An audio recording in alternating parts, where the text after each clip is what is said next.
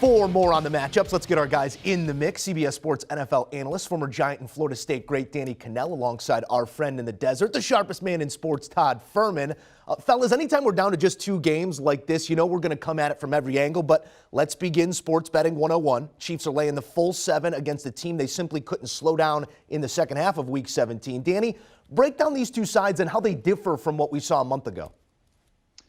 Well, I mean, the Chiefs they've been a team that kind of early on this season, remember we were talking about, what's wrong with the Chiefs offense? Is Patrick Mahomes, all of a sudden this turnover bug is there. And that's why I look at this team like the Golden State Warriors, the NBA, when they, about 5 or 6 years ago when they had, Steph Curry, Klay Thompson, KD, and Draymond. And they were out there toying with teams, and they're in the regular season, they're getting a little bit bored and they're just having fun. But then as soon as the lights came on, they flipped that switch.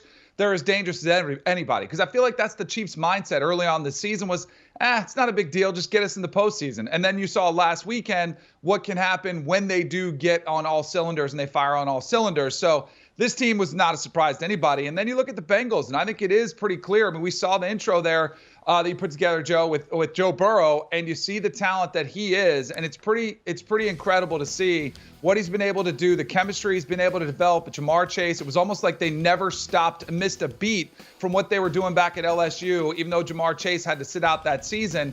And it's not just about them. It's about a defense that's scrappy, that gets stops when they have to, and it's going to be a fun, fascinating game to see these games. The Chiefs we expected, the Bengals we did not. And can the Bengals keep the Cinderella run going? Well, to do so, they should lay out a similar script that they did during the regular season. Chiefs did not touch the ball in the final 6 minutes of that matchup, and we've shown and seen that any time is too much time for Patrick Mahomes. Todd, it's important that we keep track of the money in a spot like this. Number opened up at 6.5, quickly jumped to 7, could reach that dreaded 7.5. What do the numbers tell us about how we should play this one? I think if you like the favorite, Joe, the time to go is now rather than waiting until an hour before kickoff when the general public typically wants to get involved late in the game. And you mentioned it. This number did open at 6.5, and it saw immediate support from professional bettors that pushed it onto the key of 7. That's where the price is more or less hung out all week long when you look at the dynamic in play for these two teams. It is important to note that the meeting we saw between them in Cincinnati back in Week 17, professional bettors were on the Bengals. That was a number that was 4.5, 5 throughout the course of the week, closed as low as 3.5, and it looked to be the dead wrong side when Kansas City built a 28-10 lead. But of course, you don't get tickets paid out midway through the second quarter. You typically have to wait until they play the full 60. And in this spot here, I think the general public sees the cachet. They understand the pedigree of Patrick Mahomes and company. They're not going to be deterred if this number continues to climb. Whereas I really believe if this gets into that 7.5, 8 range, you're going to have some value seekers on the underdog thinking, you know what? We haven't seen enough from Kansas City defensively that leads us to believe they can run away and hide and cover comfortably as more than a touchdown favorite. Yeah, so I'm actually on the Bengals here. I like it at 7. I love it at 7.5. And, if it pops back up there, that's where I would like to get the Bengals. I do think the Chiefs end up winning this game, and I think this has backdoor cover written all over it. Joe Burrow with these weapons on the outside, I don't think they're going to be able to follow the same script and get Joe Mixon going, which we'll get to a prop a little bit later. But I think this is one that's really tempting to take the Bengals here. The Chiefs are hot right now. Everybody's looking at the performance last week. And I also think there's a chance for a little bit of a hangover. I mean, we saw what happened. We saw them come back. They're feeling great about themselves. And the Bengals are playing with house money. They're going to be very loose, very relaxed. They got nothing to lose right here. Everyone expects the Chiefs to win. And that's a spot where I kind of like the Bengals here, especially with a backdoor cover type situation. Yeah, nothing to lose and a high sense of belief in that locker room, not right now led by Joe Burrow. Let's attack the total as well, guys. Pair of 2 high-powered offenses here.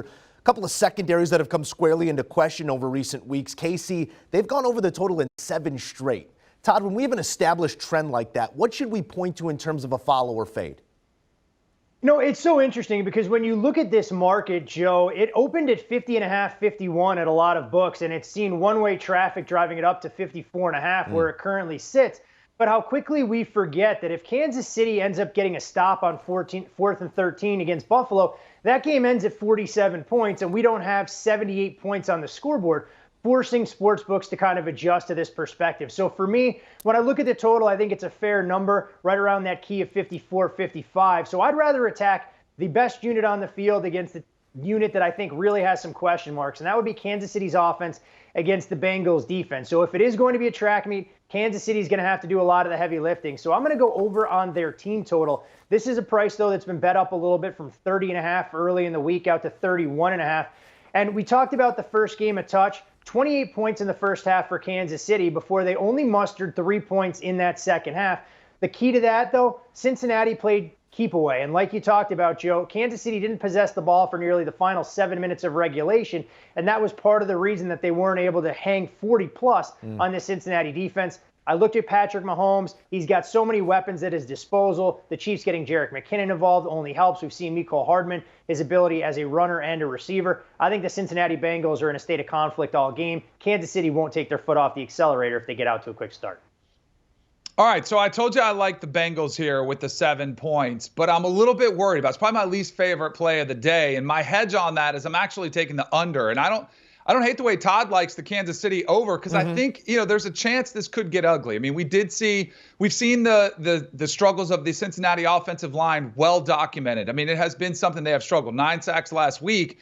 And we could see Kansas City at home get sideways here. And if they do, I think Cincinnati could be in for a long afternoon. I think they could struggle to put up points, period. Doesn't mean they're going to stop throwing it. Doesn't mean they're going to stop chucking it across the yard. But I think it could be a long afternoon. And that's my hedge. If they are not in a tight game, I'm going to take the under on this one. Yeah, Chris Jones and company licking their chops after seeing a postseason record 9 sacks given up by that Cincinnati O-line a week ago. Guys, our team, it's been the U.S. Treasury of player props. We're just printing money for the folks at home for the last 5 months. Hopefully they've been tailing those picks, namely from our guys, Danny Kanell and Todd Fuhrman. Looking like a sharp underplay is always the lean here. At least that's what we're looking for, Todd. But take me to a spot where you feel that the over is very much in play. Danny tipped his hand a bit earlier, and I'm not quite sure if he's going to come in on a prop similar as far as Joe Mixon's productivity is concerned. But when you look at this Bengals team, they haven't been able to pass block. They haven't been able to run block. So what have they done to get Joe Mixon involved? It's been utilizing him as a receiver. And in each of the last 4 games, he's had 4 catches or more. So I'm going to take his reception number over 3.5. The thing I love about this prop is that Joe Mixon has been utilized as a receiver even in games the Bengals are winning. If they find themselves down by 10 to 14 points at any juncture in this game and Kansas City gets a little soft in coverage, Joe Burrow is going to take the profits. He'll look to check down to his running back, especially in the face of a tenacious pass rush. And while Kansas City doesn't provide the same threat in the trenches that the Titans did, I still believe they're going to get after Burrow, which means Mixon has to be that check down guy, the security blanket. I wouldn't be shocked, gentlemen, if Joe Mixon has 4 catches before we even get to halftime in this game. I like it. I like it a lot. I'm going to look at Patrick Mahomes here and his rushing total. Now, last week I took Josh Allen over his rushing total was 51.5, and people thought I was a little bit crazy, and he went well over that in that game. Patrick Mahomes had a big rushing game last week as well, including his long of 34 yards. He's had 6 runs this season over 20 yards, which could be a possibility today. But I think in playoff football, especially in order to get to the Super Bowl, you're more willing to tuck it and run it. Get those extra 5 yards. Maybe even turn it back up inside as opposed to going outside when you get out of bounds, protect your body. And Patrick Mahomes, we've seen his athleticism. When things break down, he's got the ability to get out. He's elusive. And I think this easily goes over the 31.5 rushing total for Patrick Mahomes. It's that time of the year. You're not worried about protecting yourself. You take what's given. And if you can get a little bit extra, you're going to do it. And I wouldn't be surprised at all if you get a big chunk of this in one play out there at some point tomorrow afternoon. One play or one drive. That opening drive a week ago, he was right around a half 100 coming off the field for the first time.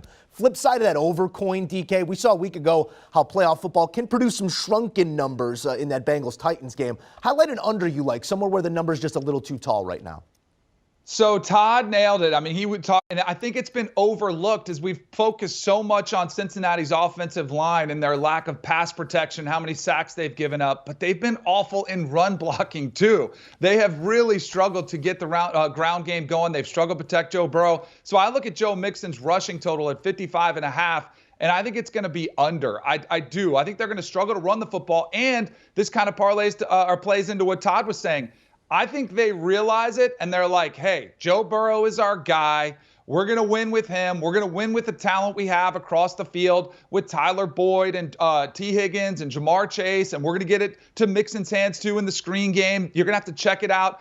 I think they realize the issues along the offensive line. Maybe you get a draw here just to keep it balanced to make sure you're not totally selling out. But I think you're going to see a lot of pass attempts here for Joe Burrow. I think they realize they cannot establish that run. So I think Joe Mixon is held under his 55.5-yard total.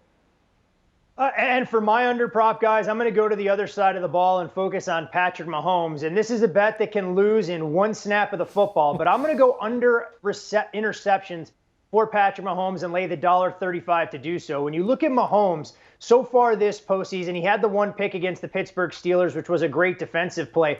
But in the win last week against Buffalo, where he was chucking it all over the yard, you look at his air depth, and he didn't throw the ball more than 20 yards downfield on a single passing play.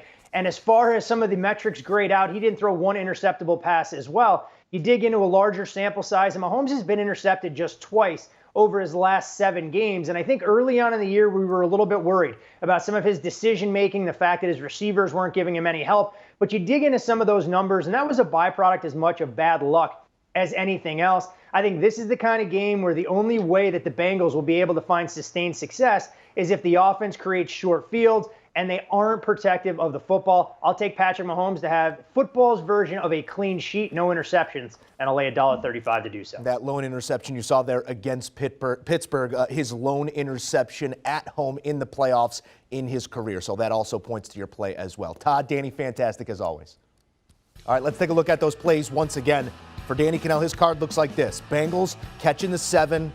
Wants to leave himself open to that backdoor cover there. Under 54.5 is his play as well. Player prop over Mahomes over his 31.5 rushing yards. Circle that. Love it. Under prop Joe Mixon under 55.5 rushing yards. Todd Fuhrman also has a Mixon prop in the fold, but he's going over the 3.5 receptions. Might have to be a little check down Charlie with all the pressure in Joe Burrow's face. As for the game, Chiefs first half laying the 4.5 and then team total over 31.5.